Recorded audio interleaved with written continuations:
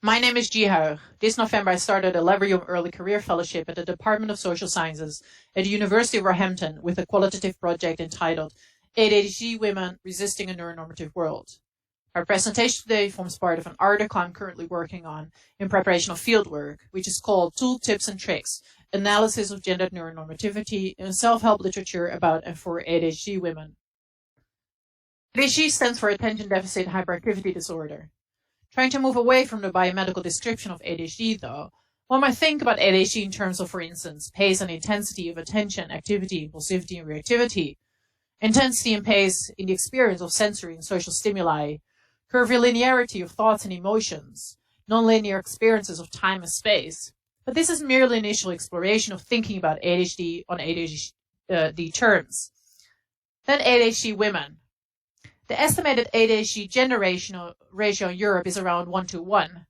It's estimated that around 2.5% of the adult population is an ADHDer. This suggests that there would be around 86,800 adult ADHD women living in just London. Nevertheless, adult ADHD research tends to be done by non-ADHDers, and even research that suggests to be about all adult ADHDers can actually still be based on almost only white or male ADHD participants. In this part of the study, I'm looking at the intersectional way that self-help literature about and for ADHD women, written by ADHD professionals, discuss ADHD women. I found 6 self-help books authored by ADHD professionals. Effectively, though, just 3 ADHD professionals have been responsible for these 6 self-help books, namely Patricia Quinn, Terry Matlin, and Sarah Solden. Today, discuss the 3 books published in the mid-2000s. The first is Patricia Quinn and Kathleen Nadeau's When Moms and Kids Have ADHD, which is published in 2004. The second is Terry Matlin's Survival Tips for Women with ADHD, Beyond Piles, Palms, and Stickers. And the last is Sarah Solden's Women with Attention Deficit Disorder, Embrace Your Differences and Transform Your Life, published in 2005, even though it's a revised edition from a 1995 publication. While all 3 authors are ADHD women themselves, they are also all 3, as far as I know, white, middle class, and from and in the USA. In other words, in terms of positionality, they all speak from a similar position. While we may be experts on our own experiences, as Morris said, we are not necessarily experts on other ADHD women's experiences. So we have to ask, which ADHD women are the books actually about and for? When considering these 3 books as self-help books, I identified a process that all books, although in various degrees, follow. First, a specific problem or difficulty is identified. Second, the author seeks to contribute to the understanding of and to explain this problem in light of ADHD with a bit of gender. Then an explanation is offered of why the problem needs to be solved. Last, solutions, instructions, guidelines, tips are offered in order for the problem to be solved and that ADHD women change for the better. I've listed a few common themes here, but only discussed the first 3. First, care work. A lot of the care work discussed revolves around parenting, supporting children with homework, teaching self-control of emotions and behavior. Then there is the care work involved in the management of romantic relations and friendships. Some emphasis on well-being and mental health. And last, there's an emphasis on self-care. However, much of this is focused on the beneficial impact this has on others. The second common theme is domestic work. Think of the organization and decluttering of the house, of one's surroundings, of the kitchen, the floor, the closet, one's accessories and clothes, paper, stationery, and so forth. Then there's the cleaning of all of the above, the dishes, the laundry. Then there's the theme of seeking support, whether this concerns professionals, professional ADHD support from a partner, rarely from friends, or, and I'll return to this later, outsourced professional support. Hopefully, this has already given a hint of, spoiler alert, gender neuronormativity. In 2002, Barkley et al. Argued, and I quote, that ADHD is a genuine disorder because there's a serious deficiency in or failure of a physical or psychological mechanism that is universal to humans. That is, all humans normally would be expected, regardless of culture, to have developed a mental ability.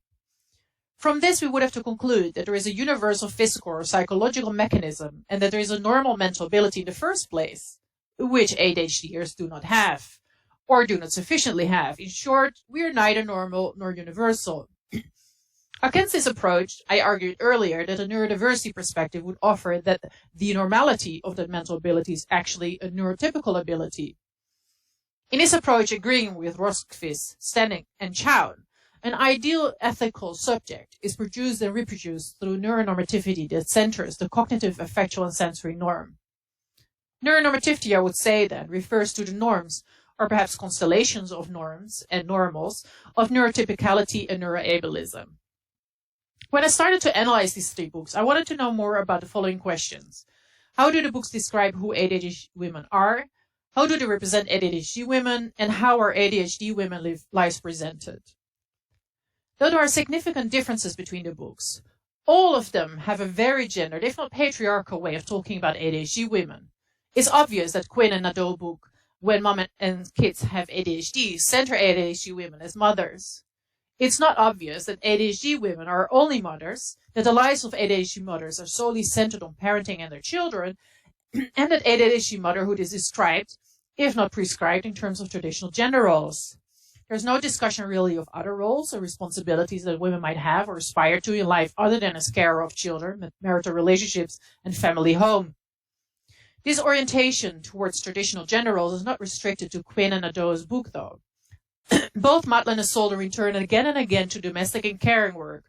Madeline, for instance, says, and I quote, "Women with ADHD struggle with seemingly simple tasks such as picking out clothes, keeping their home in order, handling paperwork at their jobs, etc. Or consider, for instance, the framework that Solden offers to understand the difficulties that ADHD women specifically experience with feminine identity that neurotypical women apparently not have, such as small talk, accessories, clothes, and so forth. The point here is emphatically not at all that women shouldn't dress up and express their uniqueness through clothing and accessories. I think high fans are amazing and more power to them. The point is that the books often present the problems for ADHD women that need to be solved as those that stand in the way of materializing the aspiration for traditional neurotypical gender roles and femininity.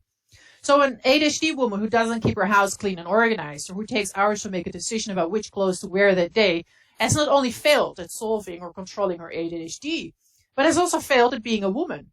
Or perhaps it's precisely by failing to be a woman, a neurotypical traditional feminine cis woman, that an ADHD woman fails at being, or perhaps actually controlling, being an ADHDer. And what about Madeline's promise that her book will support ADHD women, that is, and I quote, stay-at-home mothers, working mothers, single mothers, executive women, and creative nonlinear thinking women, to become more capable, and I quote again, as a mother, spouse, daughter, friend, co-worker, student, and more. ADHD womanhood, thus, is formulated in service of others, be that their male partner, their children, their parents, their friends, colleagues, or be that ADHD professionals and more generally patriarchal neuronormative expectations.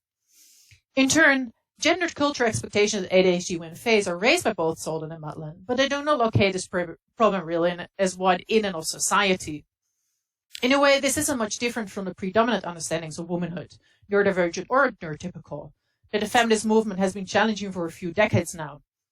If we go further back in history and reflect on the way that ADHD women are often framed as irrational, emotional, and sexually promiscuous, we should consider that possibly patriarchal ideas of womanhood are grounded in neuroableist understandings of humanity in the first place. The question is why this appears in narratives around ADHD women in the 21st century. The problem is first that ADHD women are seen as the problem, and second that the solution is for ADHD women to aspire to universal and normal ideals of female neurotypicality. Surely it would be more sensible and desirable to solve problems by abolishing patriarchal neuronormative ideals and for ADHD women to make sense of and carve out their own feminist neuroquirky space on their own terms. This also raises the questions about the serious problem of social inequality that ADHD women face that are not discussed, such as unemployment and underemployment, including sexist and neuroableist job discrimination and stigma at work, financial dependence, experience with interpersonal physical and sexual violence, and psychiatric and carceral institutionalization. The patriarchal understanding through which female neuronormativity, in order to treat or control ADHD, cannot be comprehensively, complexly, and as such adequately understood outside an intersectional framework. I want to give a few bullet-pointed suggestions as intersectional food for thought. With all the practical suggestions for care, domestic work, and so forth, the authors assume an ADHD women who might have difficulty planning and executing their household intentions, but who is at the same time physically able to do so.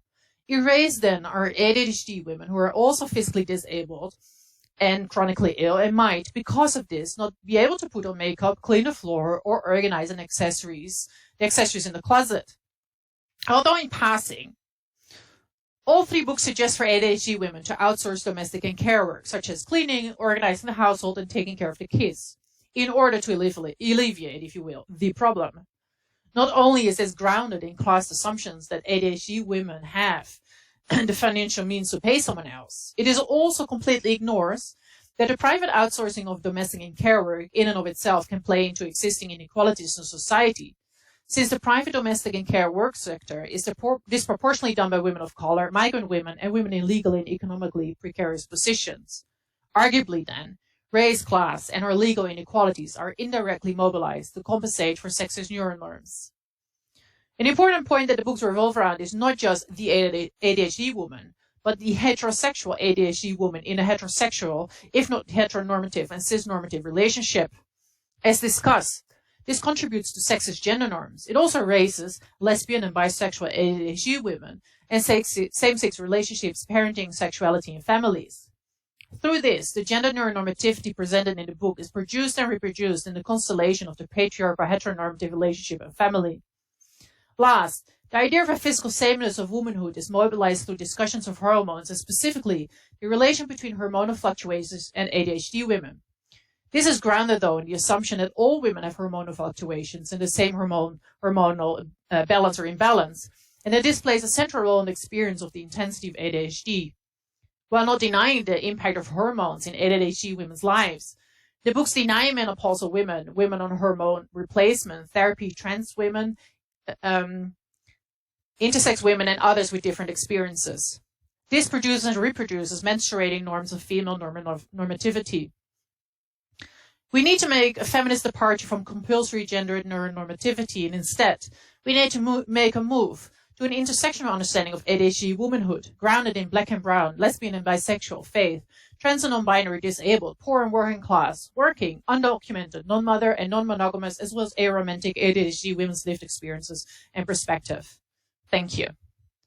I'm happy to answer any questions that you might have.